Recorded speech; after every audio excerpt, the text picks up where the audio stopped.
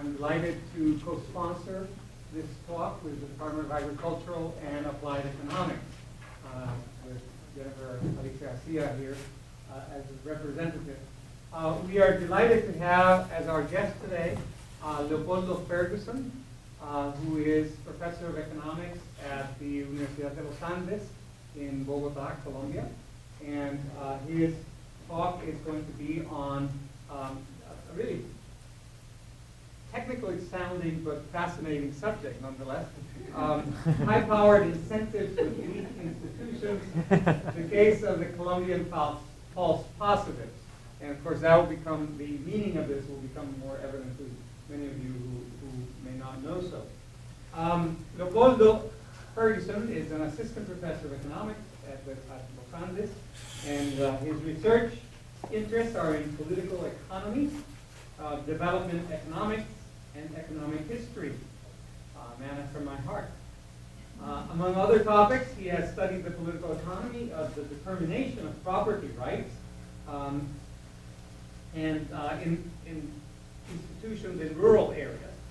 The role of mass media in countering the influence of special interest groups, the unintended negative consequences of media exposure of corrupt politicians in weakly institutionalized societies, make that clear too, and the implications of democratization for violent conflict.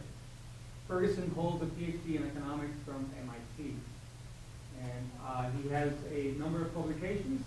You can, of course, Google him if you wish. Some of them are not really related to, they're all interesting. They're not related to this particular subject. Not everything is interesting. No. That's not what I meant. But in any case, I give you Leopoldo Fergusson. Thank you very much. Thank you very much, Francisco, and thank you very much, Jennifer, for the invitation. It has been very nice to spend this time here. We had already a very productive morning in a very nice workshop that Jennifer put together, and I'm very excited to be presenting this here, so it's really a pleasure to be here. I had never been to Madison, and it's lovely. They tell me that it's like this for the entire year, so it's really, really nice. Let me just start by telling you briefly what this is about and why I chose this topic. As Francisco said, this sounds like a technical topic, but it actually is not. Actually, I'm going to frame it very much as an economist. But the reason I chose to talk about this is because I think it's of interest to other disciplines, and I think one of the interesting things of area studies in general, and surely I think it's the case in LASIS, is that there are topics that benefit greatly from interdisciplinary work. So I think that although I'm going to see it as an economist, this is something that is probably relevant for other disciplines as well. This is joint work with Ramon Moglu at MIT, James Robinson at Harvard, and Juan Vargas, who is a colleague in Colombia, in Universidad del Rosario, Los Andes, as Francisco told you. Can you all hear me well? Do I have to wear the microphone? It's fine. Okay, good. So let me start by motivating the whole analysis. There's a basic idea that stems from principal agent analysis, which is that high-powered incentives, meaning giving bonuses for working, for producing output, is a useful way to increase non-contractable effort. If you're hired by an employer to sell ice cream, you cannot really sign a contract in which you say, clause number 1, you are going to work really hard. Or you could actually write down that clause, but it's really non-enforceable. You can always say, oh, I work really hard. So a way to get around that problem is, I'm going to give you a bonus if you sell more ice creams. And that incentivizes the agent to work really hard. That's what I mean by high-powered incentives. That's what I mean by the fact that principal agent analysis says that this is a good measure or a way to increase non-contractable effort. However, it has long been known by theorists in this area, but that in many circumstances this is not optimal. So one example where this is not optimal is where you have multiple tasks and incentives can only be given on something that is easily measured. So for example, in Universidad de los Andes right now, which is a university that has transformed itself into a research university, it has transformed itself into a research university for many reasons, but one of them is that there are explicit incentives when you are actually good at research and you publish and so on. You get incentives, you get promoted, you get bonuses and so on. And now there is this concern that, are we not teaching very well? Now we are bad teachers because Measuring teaching is really hard. Are you a good teacher? That's a really hard thing to measure. You can always ask the students, but students, I don't know, perception surveys are also complicated. So that could be a context in which if you provide too strong incentives for research, people become lousy professors and you want them to do both tasks. So it's not always optimal to provide high-powered incentives. That's one example. Another perhaps more obvious example is this simple rule. One of the first rules of pay for performance, Candice Pendergrass says here, is that you never pay for performance in the context where the person who cures the problem is also the person who diagnoses the problem. Are you teaching well? Yes, I'm teaching great. Okay, here's your bonus, right? So these are just like as a way of motivation to what I'm going to get to. A couple of examples in real life about this. And that's one thing that I want to say about the literature. I think we're going to contribute here to the literature by providing systematic evidence on something on which we basically have a lot of very telling examples, but as far as we know, no systematic evidence. So here's one example from George Bush's No Child Left Behind policy that gives incentives to teachers. Say that teachers get a bonus if 40% of the students exceed a reading, a basic reading test. What happened after that is that teachers only focused on the students who were around the cutoff. If you were a good enough student that you were going to pass the exam anyways, why should I spend time with you? And if you are a lost cause, I'm not going to spend time with you either. So they focused on the cutoff, on students near the cutoff, and you also wanted them to look at the other students. Sorry, this thing jumped to the end, sorry.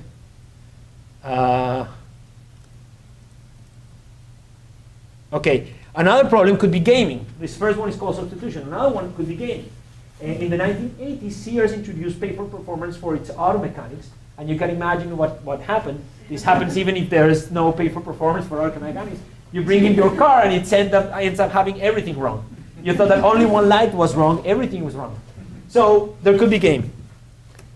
So, I mean, there are all these sorts of problems, and we're going to focus on the simplest kind of predictions from the theory of when cheating is more likely.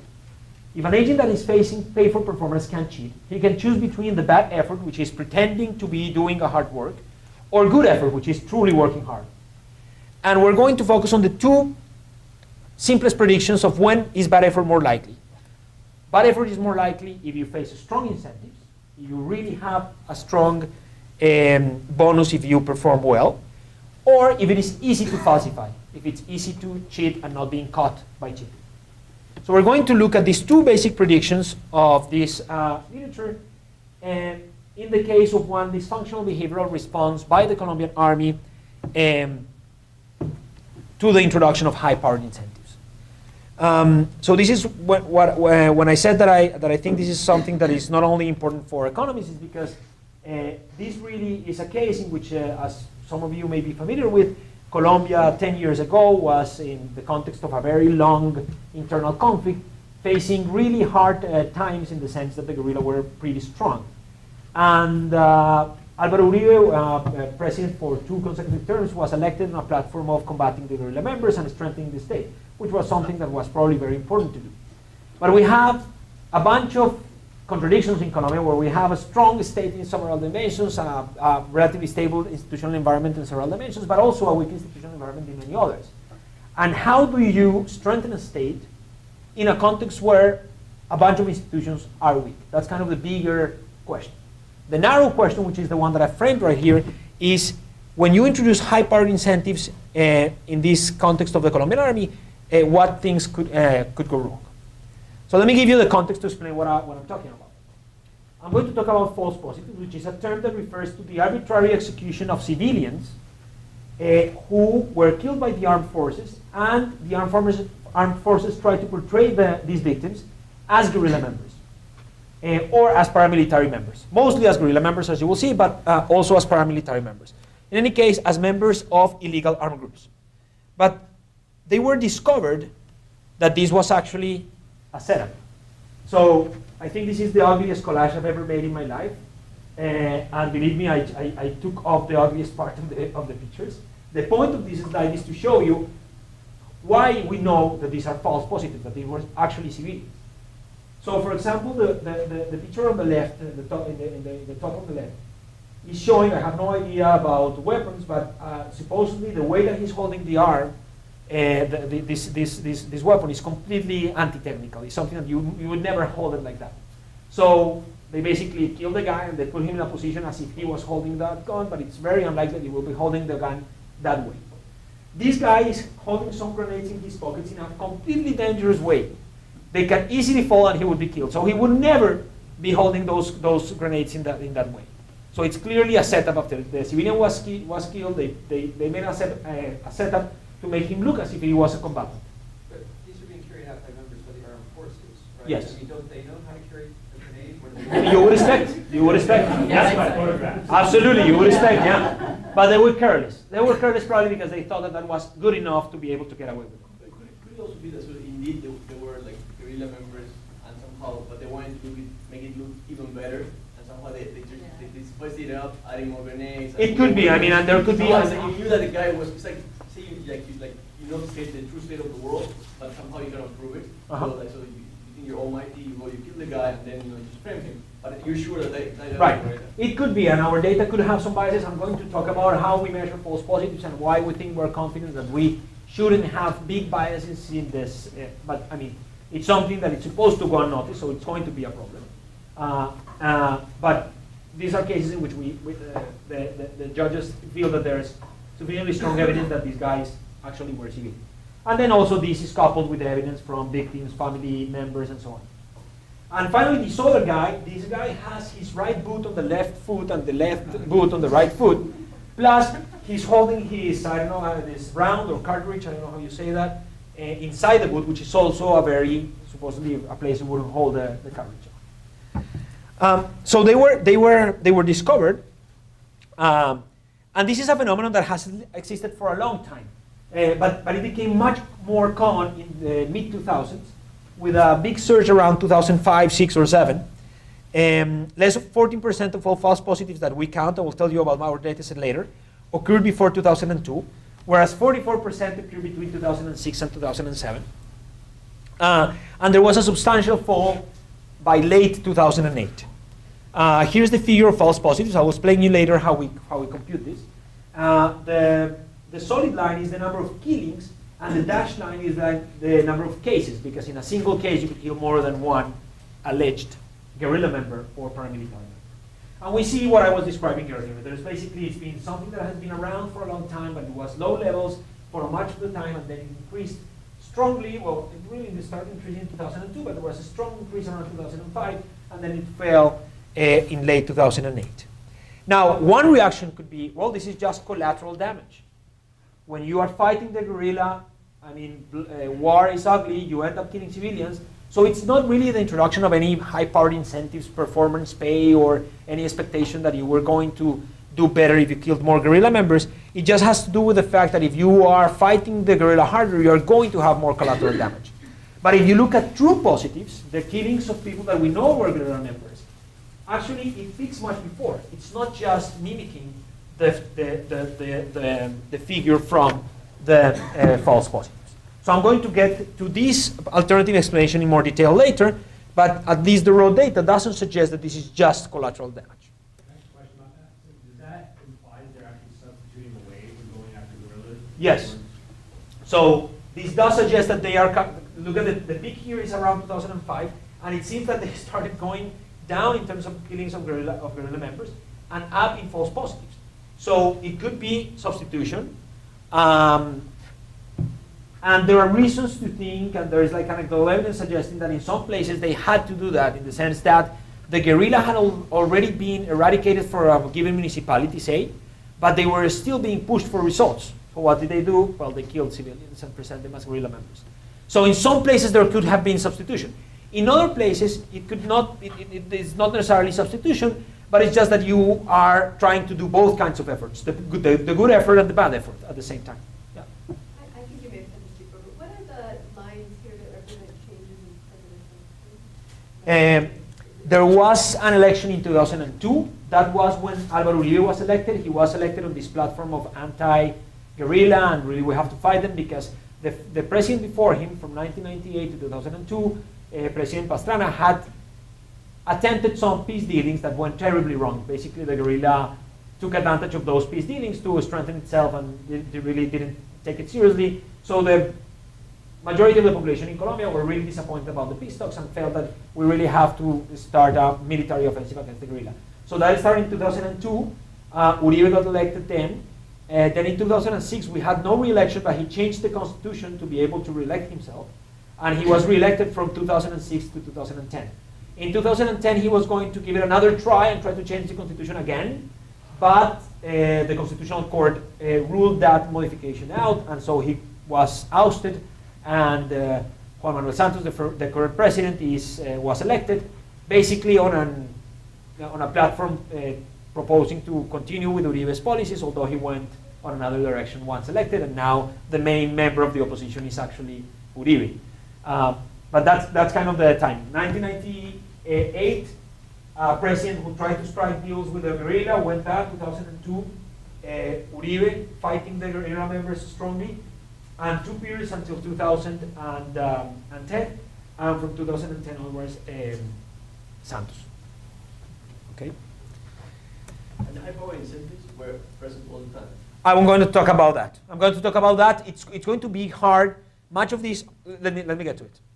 So the timing of these searching false positives has to do with the issue of a specific set of documents that is correlated with these incentives. So in 2005, there was an army directive, which was a secret army directive. It was not really secret. I have it here, okay, because it was leaked by the press, and it is an army directive with a ministerial policy to develop criteria to pay for rewards for the capture or killing in combat of members of the guerrilla.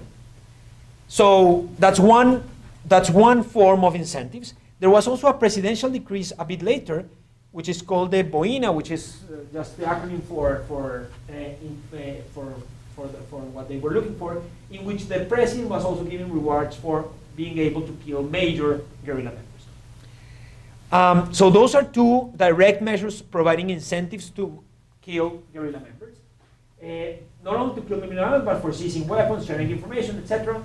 Some of the features of these things, in particular the first directive, is that military personnel were not explicitly excluded from the possibility of getting the rewards. These were rewards that were meant for an arbitrary person.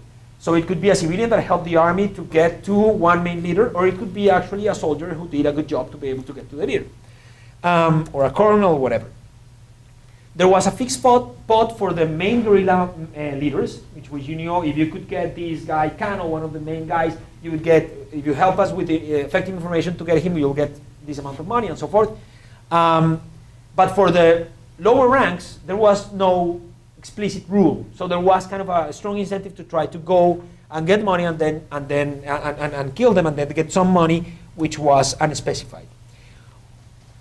In terms of how easy it was to cheat, the operation that led to the reward didn't have to be authorized by ex ante by a superior officer, and moreover, posterior intelligence could justify the killings that you had already committed.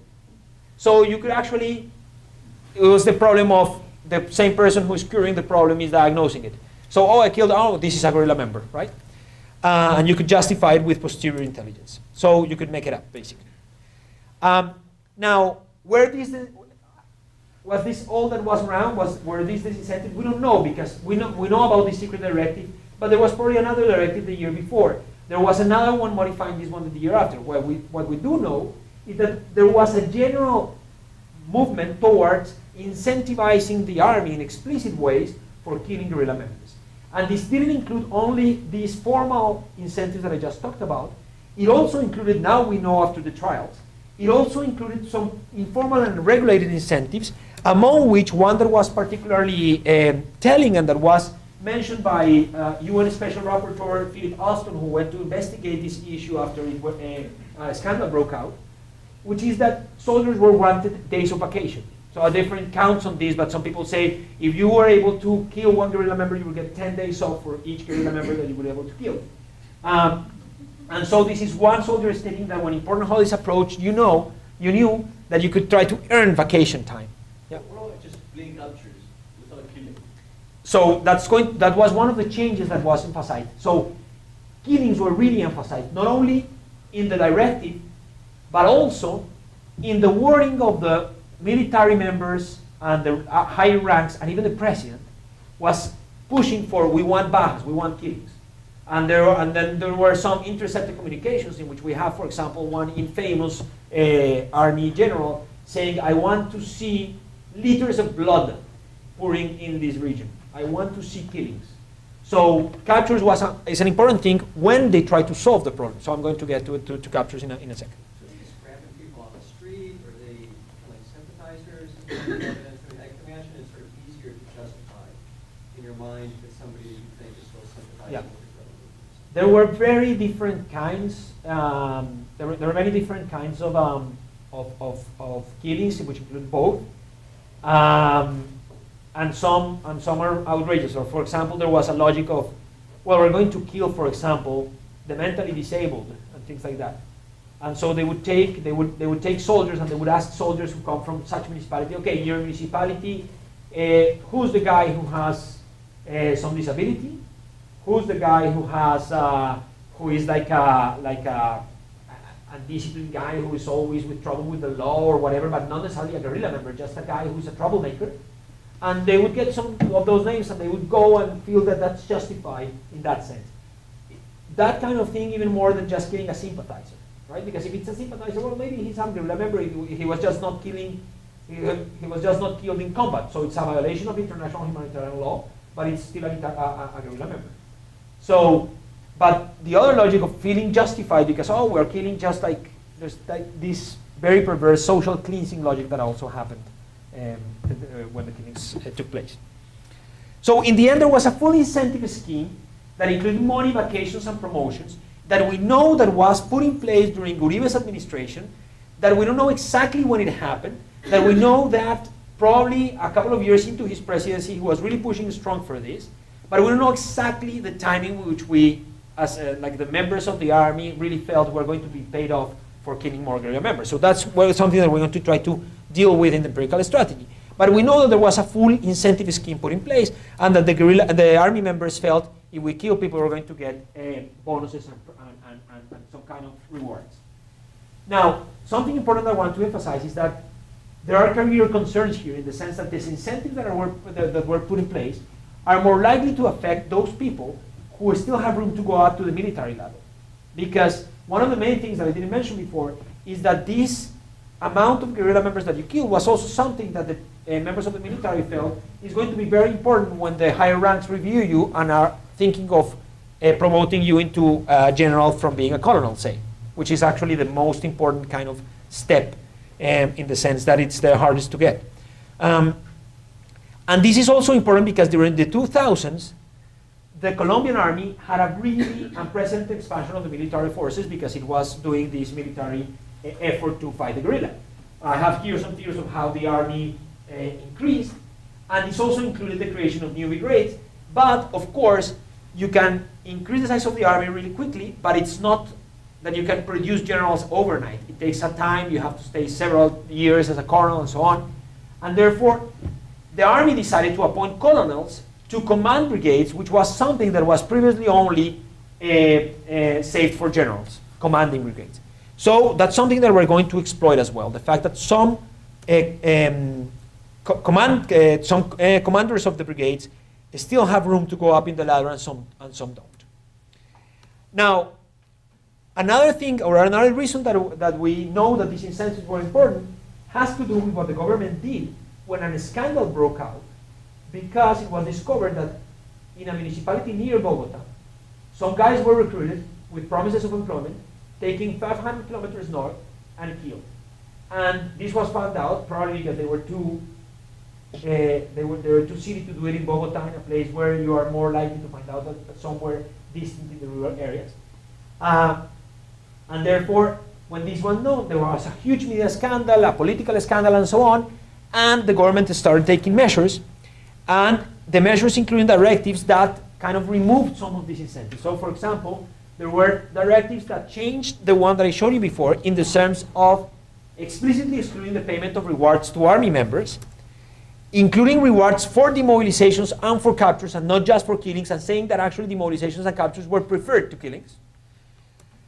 Required the operations to have the support of prior intelligence, and including more control from the commander saying that he authorized the operation. And also they took other measures such as disciplinary sanctions on the ones who were involved, and requiring deaths in combat to be first investigated, that is in the scene of the killing, to be first investigated by the judicial police. And they also created a special unit in the office of the Attorney General, which is called the Fiscalía in Colombia, to deal with these kind of problems and to try to prosecute them. So this is the context, and then just let me remind you of our two basic predictions. The stronger are the incentives for a given ability to cheat, to falsify, the greater should be the bad effort. In our model, bad effort are false positives. We're going to test this by looking at the fact that false positives should be more likely in colonel death brigades, because they should have higher incentives in the sense that, stronger incentives in the sense that they still have room to go up the ladder of hierarchy. Second, for a given incentive scheme, maintaining that power of incentives constant, the easier it is to falsify, the greater is the bad effort. And how are we going to measure the easiness to falsify? We're going to look at municipalities with weaker judicial institutions, which are places where you think, in general, that you can get away with killing people. So we're going to construct a measure of how efficient the judicial system is at the local level at dealing with murders and other kinds of crimes against life. And we're going to think that in those places, soldiers were probably thinking, okay, here it's a place where I can easily get away with killing people, and nobody ever finds out what really went on. Military people are not subject to like normal rules, right? So what's the relevant? That's an interesting thing, yeah. What's the relevant? Incentives for elite institutions, the case of the Colombian false positives. And of course that will become, the meaning of this will become more evident to many of you who may not know so. Leopoldo Fergusson is an assistant professor of economics at Los Andes, and his research interests are in political economy, development economics, and economic history. Man after my heart. Among other topics, he has studied the political economy of the determination of property rights,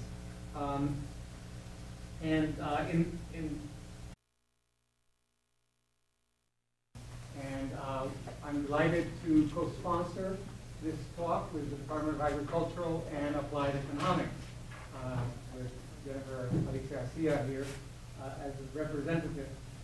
We are delighted to have as our guest today Leopoldo Fergusson, who is professor of economics at the Universidad de los Andes in Bogotá, Colombia. And his talk is going to be on a really technically sounding but fascinating subject nonetheless. High-powered. Let me just start by telling you briefly what this is about and why I chose this topic. As Francisco said, this sounds like a technical topic, but it actually is not. Actually, I'm going to frame it very much as an economist. But the reason I chose to talk about this is because I think it's of interest to other disciplines, and I think one of the interesting things of area studies in general, and surely I think it's the case in LASIS, is that there are topics that benefit greatly from interdisciplinary work. So I think that although I'm going to see it as an economist, this is something that is probably relevant for other disciplines as well. This is joint work with institutions in rural areas. The role of mass media in countering the influence of special interest groups, the unintended negative consequences of media exposure of corrupt politicians in weakly institutionalized societies, make that clear too, and the implications of democratization for violent conflict. Fergusson holds a PhD in economics from MIT, and he has a number of publications. You can of course Google him if you wish.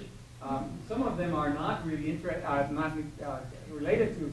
They're all interesting. They're not related to this particular subject. Not everything is interesting. No. That's not what I meant. But in any case, I give you Leopoldo Fergusson. Thank you very much.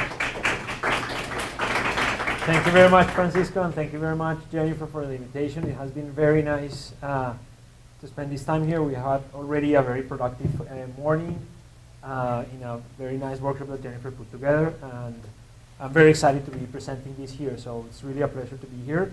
I had never been to Madison, and it's lovely. They tell me that it's like this for an entire year, so it's really, really nice.